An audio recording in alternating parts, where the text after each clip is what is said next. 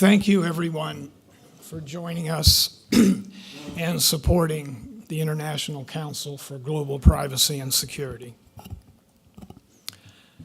In 1967, a British TV series called The Prisoner anticipated some of the difficulties we are now experiencing. You may remember that the main character, number 6, played by Patrick McGoohan, opened each episode with a monologue which I have taken the liberty to paraphrase. I am not a number, I am a human being. I will not be tracked, surveilled, fingerprinted, indexed, or profiled. I will not be imprisoned by the virtual chains of technology. My life is my own, my identity is my own, and my personal information is my own to be shared only with my consent. And I will break those virtual chains of bondage with technologies of freedom. That was 50 years ago. So where are we now? Our society is now at a metamorphic crossroads. And I say metamorphic because if left unchecked, we will become a total surveillance society where our activities, both real world and digital, will be tracked, monitored, recorded, stored, and analyzed to form behavioral profiles of us more accurate and intimate than the Stasi authorities ever dreamed of. A world of potential turnkey tyranny where not only our freedoms will be lost, but also the prosperity that we enjoy as a free society. In other words, the structure of freedom we have enjoyed thus far will morph into a prison of tyranny. And the tragic irony is that this road is paved with the good intentions of keeping us safe from criminals and terrorists, when in fact it is a cobbled roadway full of authoritarian potholes. But you may be asking, isn't this far too cynical of you? Well, just reflect on what has happened since 9/11. And although many may not want to notice this creeping loss of civil liberties, perhaps we should also reflect on the fable of the frog in the pot slowly coming to a boil. It's getting hotter. The pursuit of total security via mass surveillance always leads towards authoritarianism. We are told that we must give up our privacy because unless the state can surveil our every action, we are not safe. But authorities are wasting their time spying on law-abiding citizens. We are told that we need a bigger haystack of data records to find the terrorist needles. But with billions of transaction records, a machine learning algorithm that has an error rate of only 1 or 2% will still spit out millions of false positives. That would be a disaster. The question we must ask is how many real terrorist incidents have actually been stopped by mass surveillance? Well, in the words of David Medine, former chair of the U.S. Privacy and Civil Liberties Oversight Board, in his 2014 report, he stated that there were 0 terrorist incidents that were prevented because of mass surveillance. That's right, 0. But they keep on collecting personal information on innocent people. Why is that?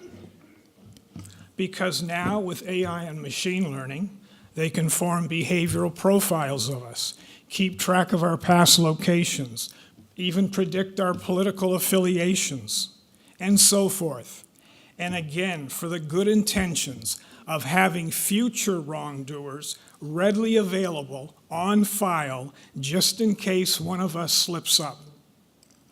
In effect, the state is creating a pre-crime database. Oh, what could possibly go wrong there?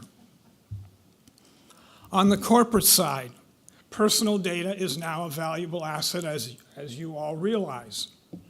And the whole premise of current data analytics precludes only using the data for the primary purpose. And responsible corporations, as I hope all of you are here, that collect personal data to improve services are also caught up in this lose-lose net of surveillance. If you collect personal information, you can be persuaded or outright coerced to give it to the government. If you don't collect it, you may sacrifice your competitiveness. This dreadful situation exists because of two reasons. First, the false zero-sum paradigm of privacy versus public safety, that you can only have one or the other and not both. The second is the amazing progress in information technology, which when focused on security and public safety, has resulted in mass video and digital surveillance. But now, all this personal information is used to generate profiles of us. So what can we do about it? Regulations alone are no longer effective. They're too slow in this fast-moving world. They're a lagging remedy, and they only grab the tip of the iceberg anyway.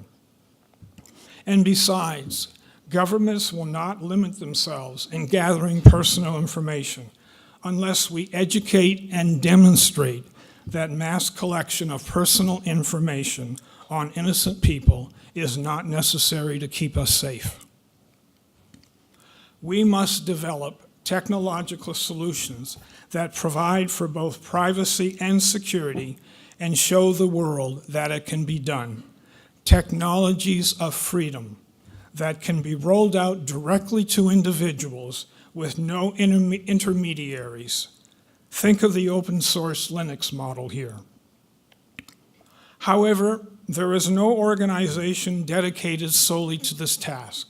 So Ann Cavoukian has formed the International Council on Global Privacy and Security, a not-for-profit organization, to implement these changes in society using a three-prong approach. First, to educate that privacy and public safety, or privacy and data analytics, can indeed coexist. Second, to provide people across the globe with open source technology that will protect their privacy. And third, to offer society technologies and associated policies that can target criminals and terrorists, but within the constraints imposed by the rule of law, such as the US Fourth Amendment and Section 8 of the Canadian Charter. As an example of online privacy, imagine that each of you had your own personal smart agent that resided in the cloud, and that you could instruct, using your phone, to carry out transactions on your behalf. They could be ordering a product, doing a web search, or whatever. That smart agent would interpret your instructions within the context of your privacy preferences, and then carry them out. But it could do so anonymously. And also imagine that it could ensure that any personal information that was transmitted to a website would only be used for the primary purpose intended, and then erased in a Snapchat-like fashion, if that was your privacy preference. Now, if an organization wanted to retain your personal data for analytics, that is a negotiation that they would have to carry on with your smart agent. And prior to disclosure, your smart agent could ask that organization to sign an agreement that it will only use the data for the purpose intended. That's where blockchains come in.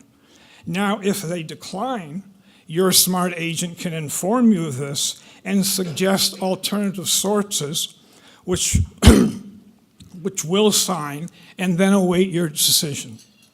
The point being is that, as with Linux, a market-driven ecosystem will arise as long as there is a demand for privacy.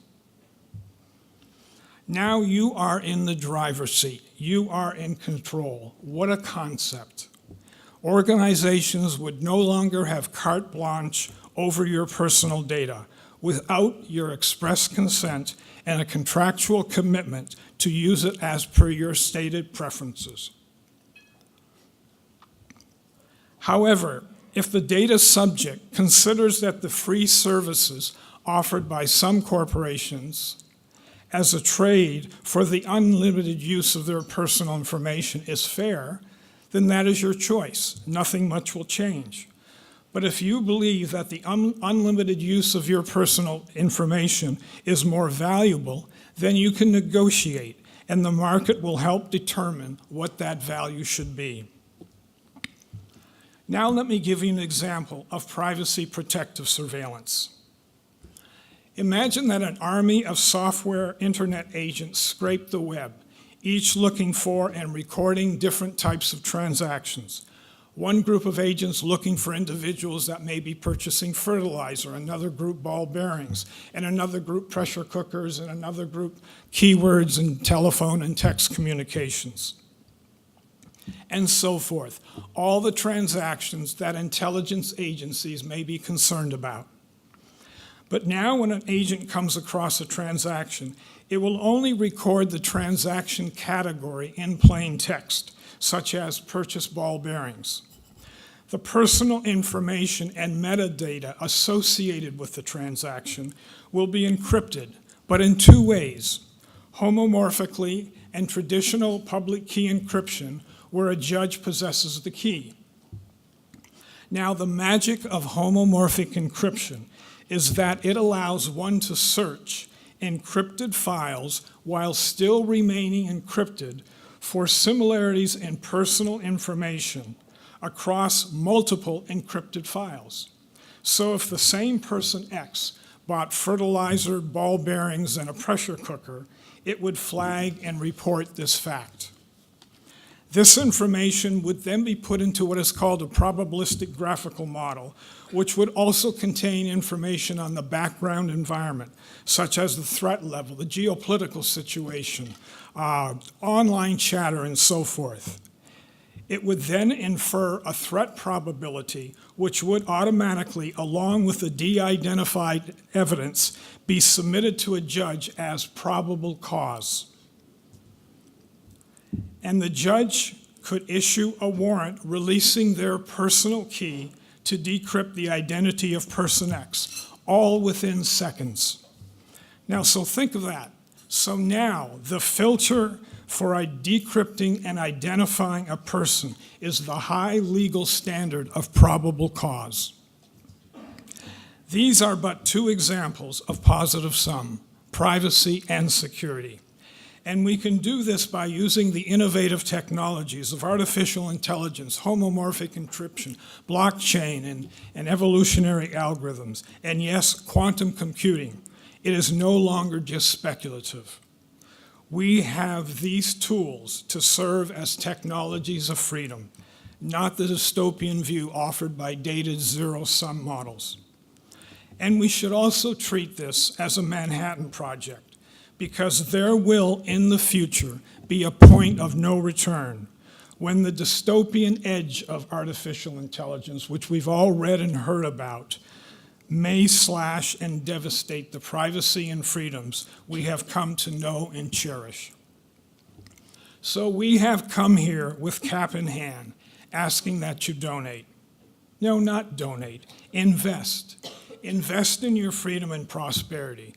Invest to fund technology innovation that will allow privacy and public safety, as well as privacy and business interests, such as data analytics, to be achieved without sacrificing either. All you have to do is go to our website, gpsbydesign.org, and click on the donate button. It's that easy. And tell others, spread the word. So help us to help you take back control of our privacy and freedoms. Thank you.